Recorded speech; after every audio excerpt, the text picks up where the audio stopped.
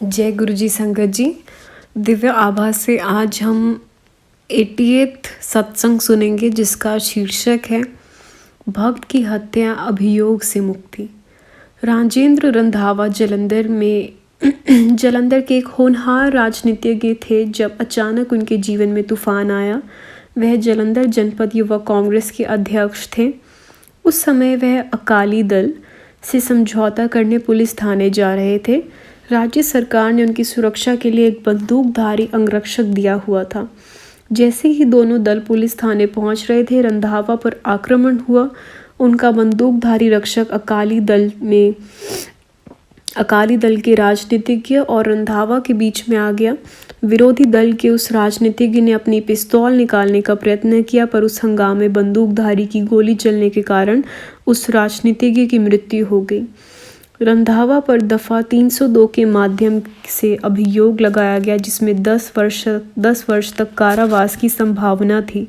उनके परिवार वालों ने साधुओं और संतों के चक्कर लगाए, पर कोई लाभ नहीं हुआ। फिर रंधावा की पत्नी गुरुजी के द्वार पर आई। गुरुजी ने उसको कहा कि उनका प्रेम विवाह हुआ है और उसकी प्रेम शक्ति उसके पति को बचा लेगी। उन्होंने भविष्यवाणी करी कि दोनों दलों में समझौता हो जाएगा। फिर गुरुजी दिल्ली चले गए। रंधावा सुनवाई आरंभ होने की प्रतीक्षा में कारावास में ही रहे।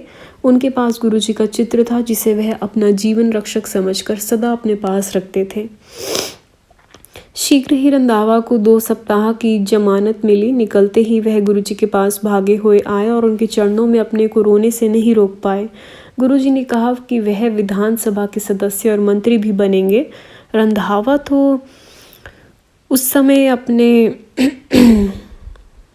कारावास में रहने की अन्यथा कुछ सोच ही नहीं पा रहे थे। गुरुजी से परामर्श लेने के बाद उन्होंने 6 महीने की जमानत के लिए आवेदन किया, जो उन्हें मिल भी गई। इस अंतराल में ही मृत अकाली नेता के परिवार के साथ समझौता हो गया। रंधावा ने उस घटनाक्रम का वर्णन करते हुए बताया कि क्या हुआ था और कैसे हुआ। उन जैसे निर्दोष पर अभियोग लग गया था।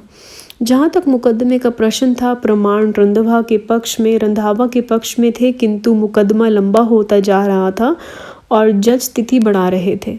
अंतिम सुनवाई में एक दिन पहले गुरुजी जलंधर पहुंचे। रंधावा कहते हैं कि गुरुजी अपने आशीर्वाद देने ही आए होंगे।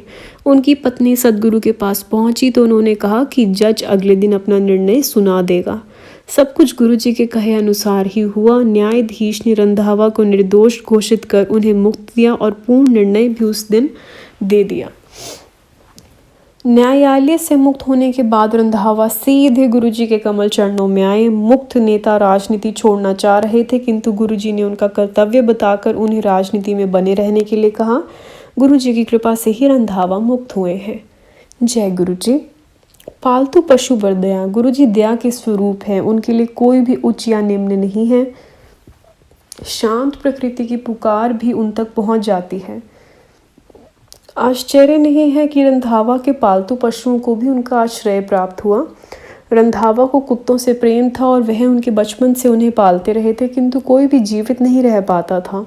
ऐसे लग रहा था कि उनके रॉटविलर का भी पहले पशुओं जैसा अंत हो जाएगा।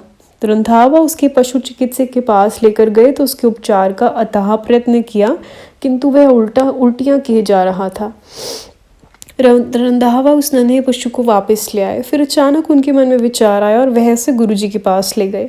मार्ग में ही उन्हें गुरुजी कुछ भक्तों के साथ मिल गए। दोपहर का समय था और उन्होंने रंधावा से पूछा कि क्या उन्हें पशुओं का भी ध्यान रखना पड़ेगा।